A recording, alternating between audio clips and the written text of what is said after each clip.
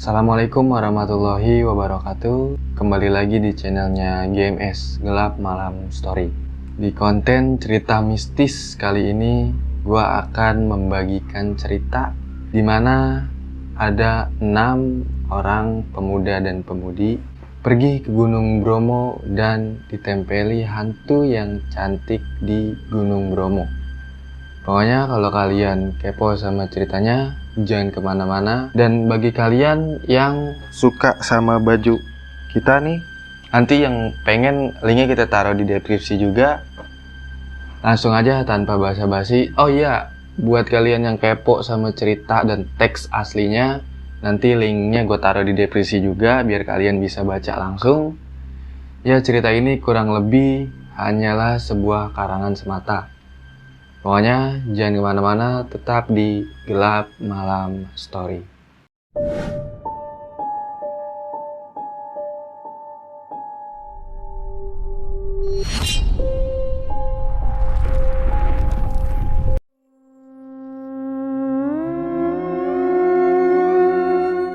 Oke guys, kita langsung aja menuju ke ceritanya lah. Pagi itu mereka berenam memutuskan untuk mengunjungi Gunung Bromo dengan menggunakan 3 sepeda motor dan berbonceng-boncengan satu sama lain. 6 orang itu ialah 3 laki-laki, Mail, Fandi, dan Edo, dan 3 orang perempuan yaitu Maya, Elke, dan Krisa. Maya dan Mail memang berteman sudah sejak lama, sejak di bangku SMP. Elke dan Fandi, mereka bertemu di salah satu acara kampus dan sudah saling mengenal dengan baik. Dan Krisa adalah teman Maya di unit kegiatan mahasiswa musik. Sedangkan Edo adalah temannya Fandi. Karena mereka dari berbagai daerah dan kampus yang berbeda, maka mereka memutuskan untuk berkumpul di salah satu masjid di daerah Malang. Setelah mereka berkumpul di sana, mereka bersama-sama pergi ke Bromo melewati daerah Poncokusumo. Awalnya Mail berboncengan dengan Fandi, Edo dengan Krisa, dan Maya dengan Elke. Namun karena jalanan cukup sulit dan berlumpur karena sisa hujan kemarin, maka anak perempuan memutuskan untuk dibonceng oleh yang laki-laki. Mereka berencana menginap 1 malam di sana karena ingin menikmati sunset juga sunrise di daerah pegunungan. Indah sekali perjalanan mereka karena meskipun jalanan agak sulit dan berlumpur, tidak ada masalah yang berarti di tengah perjalanan gitu. Siang itu mereka memutuskan untuk membuat tenda di daerah padang savana yang indah. Setelah tenda berdiri, mereka melanjutkan perjalanan untuk menikmati keindahan kawah Gunung Bromo hingga matahari terbenam. Setelah puas menikmati pemandangan dan berfoto-foto di sana, mereka memutuskan untuk kembali ke tenda untuk beristirahat. Malam itu mereka memutuskan untuk bernyanyi bersama di depan tenda sembari menikmati dinginnya malam di daerah pegunungan. Fandi sangat pandai dalam hal bermain gitar. Mereka semua terlihat menikmatinya. Mereka membawa makanan, membawa kopi, dan segala cemilan dan kebutuhan lainnya. Alunan lagu dari gitar Fandi mengiringi nyanyian mereka hingga puas. Ketika sedang seru menyanyi, Krisa berbisik kepada Maya sambil berkata, "Mai, diem Mai." Mia pun membalas, "Kenapa?" Krisa, "Jangan ikut nyanyi." Maya, "Apaan sih kamu?" Krisa, Maya terdiam sambil sedikit kaget. Liriknya Elke sedang tiduran memainkan handphonenya dan terdiam. Namun, Maya mendengar suara sesosok perempuan yang melanjutkan nyanyiannya beriringan dengan suara Fandi dan Edo. "Itu suara siapa?" Maya bertanya kepada Krisa sambil melirik ke arah sekeliling. "Itu yang aku maksud tadi," kata Krisa.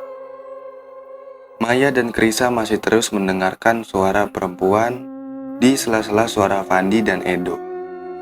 Sembari memastikan dan mencari tahu asal-muasal suara tersebut, mereka tidak langsung menegur Fandi dan Edo.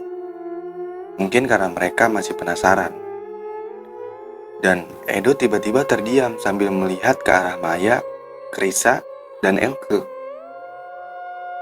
Edo tersadar ada suara perempuan yang ikut menyanyi selain mereka. "Van, diem," kata Edo ke Fandi. Fandi menghentikan lagu dan gitarnya dan bertanya, "Kenapa?" Tiba-tiba hening. "Tadi ada suara perempuan ngikutin kita nyanyi," jawab Edo. "Ah, ngarang. Orang yang nyanyi anak-anak kita tuh," yakin Fandi. "Iya, beneran. Kita denger ada yang ngikutin nyanyi selain kita. Terus aku diem. Maya aku suruh diem juga kan? Ya kan, Mai?" sahut Krisa. "Iya, masih ada suara perempuan nyanyi ketika kita diem." Elke menyambung, "Aku gak ikutan nyanyi. Aku barusan main HP. Keadaan masih stabil dan terkondisikan." Mereka mengira mungkin pada salah dengar. Atau yang ngerjain mereka itu si Mail. Tapi si Mail bukan tipe anak yang jahil sih. Dia tadi berpamitan tayamum karena ingin menunaikan sholat Isya. Tapi di hati kecil, mereka tetap bertanya-tanya dan merasa ada yang janggal. Fandi melanjutkan bermain gitar lagi. Diikuti Edo, Maya, Elke, serta Krishna. Mereka bernyanyi kompak, menyanyikan lagu favorit mereka. Kali ini suara perempuan lain yang ikut menyanyikan semakin keras. Mereka agak melirihkan suara mereka. Mereka benar-benar yakin kalau memang ada suara nyanyian selain suara mereka. Bulu kuduk merinding, melirik ke sana kemari gelap gulita. Namun, ada dua sosok perempuan yang tiba-tiba muncul dari arah kegelapan menuju ke tempat mereka dan tiba-tiba saja mendekat. Kulitnya putih, cantik, dan berambut panjang. Yang satunya berpakaian kuning dan yang satunya berpakaian coklat. Spontan mereka semua sedikit kaget dengan kehadiran dua orang itu. Karena mereka diam saja, akhirnya Edo mulai bertanya kepada dua orang itu. "Mbak dari mana? Ini kok berdua saja? Mau gabung di sini?" "Kita kaget, Mbak. Tiba-tiba ada mbak-mbak cantik yang berdiri di sini. Ya, kita kaget aja gitu. Udah, Mbak, silakan duduk." Akhirnya mereka duduk mendekat. "Mbak dari mana? Kok berdua saja? Mana rombongan yang lain?" tanya Maya. "Pulang ke rumah," kata perempuan berbaju kuning. "Loh, Mbak, sama siapa aja? Bagaimana pulangnya?" tanya Elke. Dia hanya melemparkan senyum. Pertanyaan mereka dijawab dengan sangat singkat dan sangat garing. Wajah mereka semakin terlihat pucat dan menjadi tambah pendiam. Perempuan berbaju kuning itu berkata, "Saya mencari barang." Mereka menanyakan barang apa yang mereka cari dan bagaimana. Namun kedua perempuan itu hanya terdiam. Keanehan mulai tampak. Bulu kuduk mereka semua menjadi merinding. Dua orang itu akhirnya bangkit dan menjauhi tenda mereka. Sebelum berlalu pergi, mereka hanya mengatakan, "Kembalikan barang saya." Mereka melihat kedua orang itu berlalu pergi semakin menjauh. Setelah agak jauh, anehnya, dari belakang mereka tampak si baju kuning ini gak milikin tangan kiri gitu, gak punya sebelah tangan. Gak terlihat jari yang keluar dari bajunya, gak seperti tangan kanannya, dan tangan rekannya keadaan semakin mencekam. Mail datang dengan wajah yang sedikit kebingungan. Dia bertanya kepada mereka, apakah mereka gak apa-apa? Karena ketika Mail mengambil wudhu, dia berjalan sebentar di area jalur motor.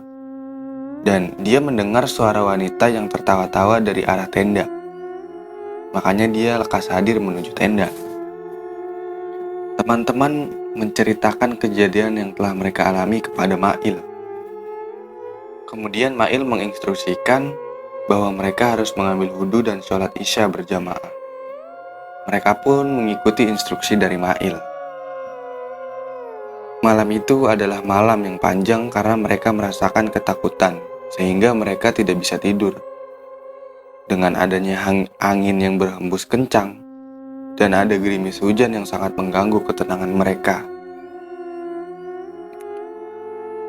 Dalam tidur sekejap mereka, 3 di antara 6, yaitu Fandi, Krisa, dan Edo mengalami mimpi yang sama, yaitu didatangi oleh wanita berambut panjang yang mirip dengan perempuan yang telah mereka temui malam tadi.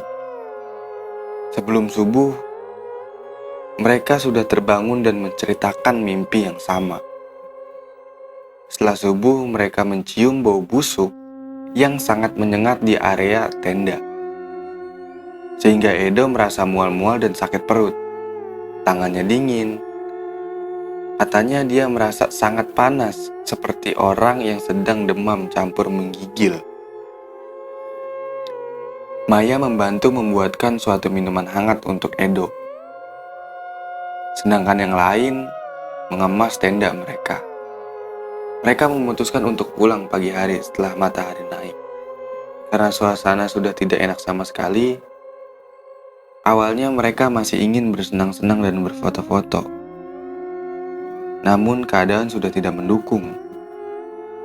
Setelah matahari naik, si Edo ini masih lemas, namun masih bisa bangkit. Setelah kondisi Edo membaik, mereka memutuskan untuk pulang. Maya memberanikan diri pulang dengan membonceng Elke, Pandi dengan Krisa, dan Mail membonceng Edo yang sedang sakit. Dalam perjalanan pulang, ternyata sepeda motor Maya mati, sehingga mereka diharuskan untuk berhenti sekalian beristirahat. Setelah dicoba di starter beberapa kali, tetap nggak nyala, sehingga mereka sedikit menyerah sambil menunggu orang lewat jalur pulang gitu, niatnya mau minta bantuan. Edo sambil lemas berkata, "Ini mungkin salahku." "Maksudmu?" sahut Maya.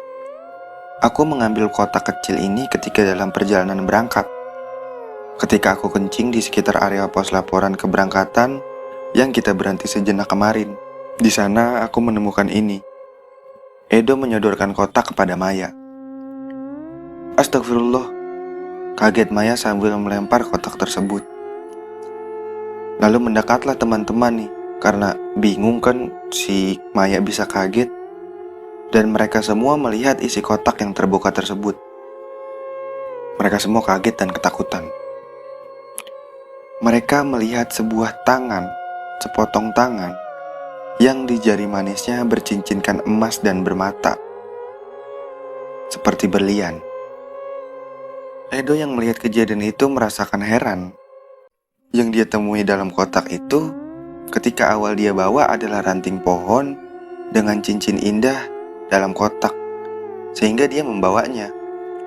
Menurutnya dia menemukan rezeki. Sepulang dari sana dia berniat untuk menjual dan mendapatkan uang. Mereka semua ketakutan dan memutuskan untuk mengembalikan kotak yang berisi cincin itu. Mungkin saja ada hubungannya dengan hantu perempuan yang mereka temui semalam dengan keadaan tanpa tangan kiri.